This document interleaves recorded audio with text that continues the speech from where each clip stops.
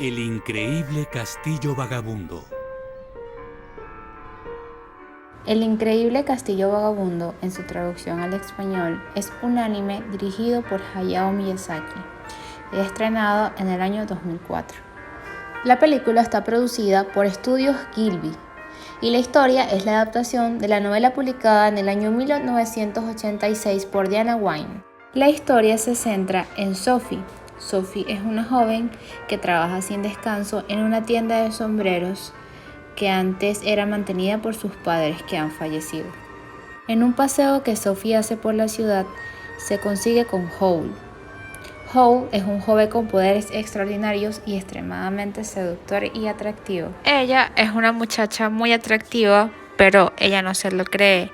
Al contrario, piensa que su físico es muy poco agraciado y por esta razón piensa que está a salvo del rumor que corre por el pueblo de la existencia de un brujo que sale en búsqueda de chicas bonitas físicamente para robarles el corazón. En el momento en el que se topa con Howl, comienzan a escapar de estos dos hombres que la acosan y seguido a ello los persiguen criaturas oscuras de la bruja Calamidad. Howl logra escaparse de ellos y entrega a Sophie a salvo a la casa de su hermana. Cuando Sophie está a punto de cerrar la tienda de sombreros en la que trabaja, la bruja Calamidad se asoma y tienen un altercado por un comentario que tiene la señora para Sophie. Sophie se altera y en venganza la bruja Calamidad postra una maldición sobre Sophie. Ahora Sophie está atrapada dentro del cuerpo de una anciana. Cabe destacar que la bruja Calamidad estaba al tanto del encuentro de Sophie con Howl y la bruja Calamidad está en búsqueda de Howl para robar su corazón. Esta maldición le imposibilita a Sophie poder hablar al respecto, por ende, se le hace imposible poder pedir ayuda a alguien para romper la maldición. Sin embargo, Sophie decide aventurarse al páramo en búsqueda de algún brujo o bruja que pueda romper este hechizo que ahora la convierte en una anciana. El suceso será el que unirá la línea discursiva de nuestros dos personajes principales, Howl y Sophie. Esto en vista de que gracias a que Sophie decidió aventurarse al páramo, se topará con el castillo y posterior entrará en él para ser la señora de limpieza. Como dato curioso, esta historia está animada en inspiración a la ciudad de Colmar, una ciudad francesa y fronteriza con Alemania. Además de ello, podemos observar que como conflicto externo existe la presencia de la guerra. Miyazaki aprovecha esto para mostrar su postura radical en contra de las guerras. Entre los personajes de esta historia tenemos a Marco, un niño que vive dentro del castillo, y a Cabeza de Nabo, que es otra persona que está bajo una maldición y que se topa con Sophie cuando se aventura al páramo. Calcifer es un personaje importante dentro de la historia. Él es el demonio del fuego que habita en la chimenea del castillo. Es quien da movilidad al castillo y está íntimamente ligado a Howl por un pacto. Parece estar atado a la chimenea y le propone a Sophie devolverle su apariencia original si ella consigue adivinar el secreto del pacto que le une a Howl. El tiempo fílmico de esta película tiene una duración de 1 hora y 59 minutos. Por otra parte, el tiempo diegético ocurre en varias semanas, aproximadamente 1 o 2 meses. El orden de los sucesos ocurre de forma lineal y progresiva durante el film. La historia da inicio y cierra sin dar saltos abruptos dentro de la estructura dramática. La película está narrada a través de la estructura clásica de 3 actos. Como anacronía, hay presencia de una analepsis o flashback. Durante la historia, el director solo da un pequeño salto al pasado dentro de la línea cronológica de los hechos. Esto sucede en el momento que Sophie regresa al castillo en sus inicios y al asomarse por la puerta mágica observa a Howl pequeño. Es un recuerdo que termina de revelar la información necesaria a Sophie y al espectador acerca de Howl y el pacto que había hecho con el demonio del fuego. La información que aporta a la historia sigue sucediendo de forma lineal aunque se haya ido al pasado, es decir, ya se sabía que Howl no tenía corazón, también que estaba íntimamente conectado con el demonio Calcifer. Pero ahora vemos a Howl entregando su corazón a una estrella fugaz caída que luego de que se la come, de su corazón sale Calcifer. Y logramos enterarnos de qué forma Howl hizo el pacto con el demonio y permite que el espectador comience a vociferar acerca del personaje y de la historia. Howl, dentro del recuerdo, logra ver a Sophie y ella le dice: búscame en el futuro. Luego de esto, la historia sigue su curso lineal sin dar saltos temporales. Como frecuencia, logré identificar que radica en Howl en muchas partes del film, porque desde que la película comienza se desencadenan una serie de sucesos que involucran a todos los personajes y que tienen como núcleo a Howl. Este personaje se convierte en una constante durante la película, bien sea que influya de forma positiva o negativa. Otro suceso de frecuencia dentro de la película son aquellos en los que Howl se convierte en ave. Y cada vez que se convierte en esa forma física, va perdiendo una parte de su humanidad. También podría considerarse como frecuencia aquellos momentos en los que Sophie regresa a su forma joven. El narrador es extradiegético y heterodiegético. Esto porque la historia no se cuenta desde un punto de vista en particular de algún personaje, es decir, los sucesos no están vistos desde la perspectiva de un personaje al que le pasan cosas, sino que se muestra desde fuera. Vamos viendo lo que va sucediendo con los distintos personajes a medida que va concurriendo la película. La focalización es externa, no podemos saber lo que piensan los personajes desde su interior, pero la información va siendo otorgada poco a poco conforme avanza la historia. A medida que evolucionan las líneas discursivas de los conflictos de los personajes, nos van remitiendo indicios que nos permiten desenmarañar lo que está ocurriendo dentro de la historia. La ocularización es 0 y la auricularización también es 0. Dentro de los conflictos de esta historia tenemos un conflicto externo, social, y es que todo esto está ocurriendo en medio de una guerra, donde aún falta descubrir un elemento clave que puede ser el que pueda cesar todo este conflicto bélico. También tenemos dos conflictos externos de relación. La primera es con la bruja Calamidad.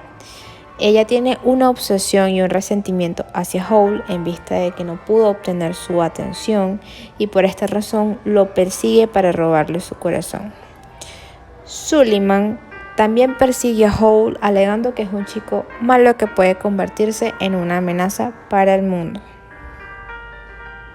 Estas dos persecuciones limitan a Howl y son las que lo mantienen viviendo escondido y huyendo para no ser atrapado por ninguna de las dos.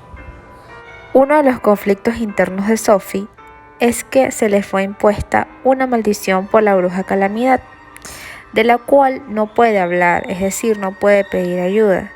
Y recordemos que el incidente que ocasionó o que ayudó a que Sophie se moviera y emprendiera ese viaje fue la búsqueda de una solución para romper su maldición. Howl también tiene un conflicto interno. Él es un brujo exiliado que combate para acabar con la guerra, pero cada vez que se transforma en ave pierde parte de su humanidad. Ha hecho un pacto con un demonio y su corazón no le pertenece. Él teme perder su humanidad y convertirse en una bestia, y por ende en una amenaza para quienes quiere. En este caso, su principal motivo de superación, que es Sophie. ¿De qué forma evoluciona este conflicto? Y es que una vez que Sophie llega al castillo, comienza a desarrollar una relación más íntima con Howl, es decir, pasa de tener un amor platónico, que es el que vemos al inicio de la película, a realmente amarlo. Igual pasa con Howl. Howl comienza a amar a Sophie. También ella comienza a desarrollar intimidad con Marco y con Cabeza de Nabo y hasta con Calcifer. Este amor ahora convierte el conflicto en algo mayor. Ahora ella está dispuesta a estar dentro del cuerpo de la anciana con tal de garantizar el bienestar de los seres que lo rodean, principalmente de que Howl esté bien, y ella ve en él mucho más de lo que él puede ver en sí mismo. Ejemplo de escena núcleo es el momento en el que Howl ha tenido una pérdida de cordura total luego de que su cabello ha tenido un cambio de coloración. Howl se ve extremadamente preocupado por su apariencia física y el hecho de que su cabello rubio haya cambiado a oscuro lo ha hecho enloquecer. Sophie de cierta forma se siente responsable y sale del castillo para respirar, rompe en llanto. El castillo se ha debilitado muchísimo por el cambio de humor de Howl. Todo se ha tornado gris, sucio y en caos nuevamente. Sophie acuesta a Howl y le ofrece leche caliente para calmar su malestar. Sophie le cuenta que el rey lo ha convocado a combatir en la guerra. Howl siquiera ha contemplado la idea de aceptar la oferta, pero Sophie intenta convencerlo de ir a la invitación. Howl propone que Sophie se presente como su madre en el castillo y de esa forma distraiga la atención de Suliman para que deje de perseguirlo. Luego esta escena núcleo donde se pone inicio a toda la acción posterior que va a suceder en la escena catálisis. La escena catálisis toma lugar cuando Sophie llega al palacio del rey.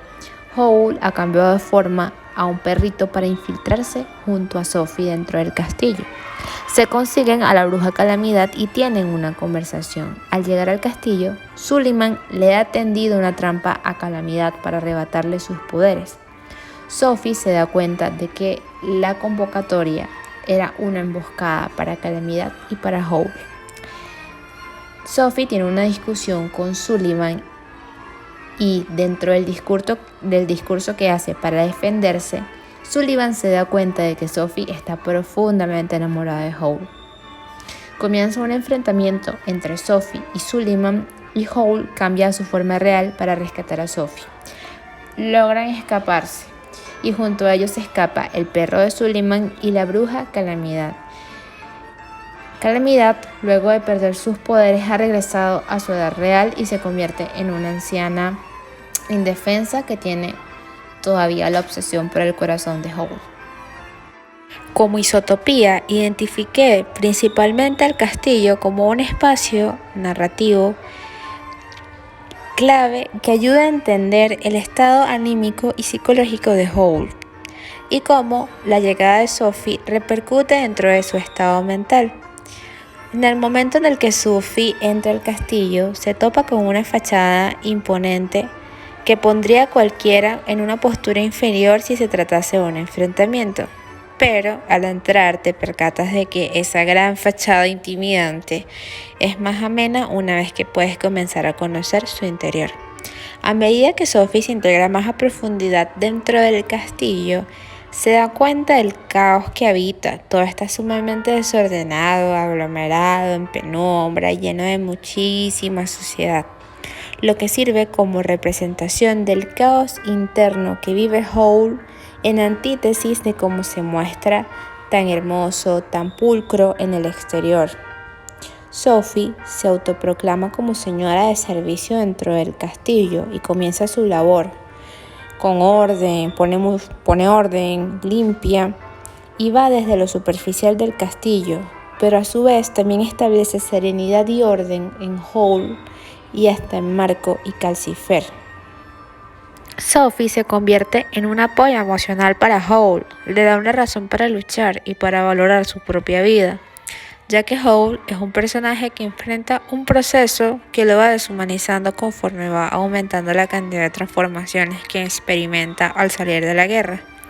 Suceso que también funciona como una metáfora al proceso físico y psicológico al que son expuestos los soldados luego de estar en el frente de batalla durante las guerras. Esa frase que Sophie le dice a Howl en el flashback de Búscame en el futuro me llevó a pensar que ambos personajes siempre han tenido una conexión a nivel álmico que los ha llevado a conseguirse en el futuro tal y como Sophie se lo pidió, y lo que nos puede llegar a pensar de que Sophie realmente era la dueña del corazón de Howl y por esa razón podía dominar a Calcifer. Y también por esa razón la conexión entre ellos dos es tan fuerte que puede mover toda la historia y todas sus intenciones. Además, es Sophie quien tiene la capacidad y el poder de devolver el corazón a Howl sin quitarle la vida a Calcifer. Porque al final, luego de tanto, es la misma Sophie quien logra liberarse de la maldición. Y en todos esos momentos en los que ella, teniendo la maldición, vuelve a su figura joven, son aquellos en los que ella se llena de coraje y de valor y en los que se siente segura de sí misma. Entonces quizás era este grano el que le faltaba al personaje para poder lograr o alcanzar el objetivo que quería. La proposición ideológica del autor toma como tema central el amor. Para mí, esta es una historia de amor, pues porque desde el comienzo, aunque puede ser que de forma un poco inconsciente, pero ambos personajes principales comienzan a actuar en base al amor que se tienen mutuamente. A su vez, ambos eran incapaces de poder ver cualidades positivas dentro de sí mismos. En el caso de Howl, él solo era capaz de identificar su belleza física, es decir, era un personaje sumamente superficial, pero internamente se sentía vacío, como un monstruo sin sentimientos. Sophie veía más allá de un chico guapo y con poderes. Ella era capaz de identificar todas las cualidades internas positivas que poseía Howl. Por otra parte, Sophie no se sentía merecedora de amor. Era una mujer llena de muchísimas inseguridades, que se consideraba incapaz y poco atractiva. Pero Howl veía en Sophie una belleza interna y externa deslumbrante. Esta historia habla desde el amor que podemos sentir como seres humanos hacia otros, aunque no nos sentamos completamente plenos con nosotros mismos, y de qué forma el amor que otro pueda tener hacia nosotros puede ayudarnos a mejorar y a crecer como seres humanos.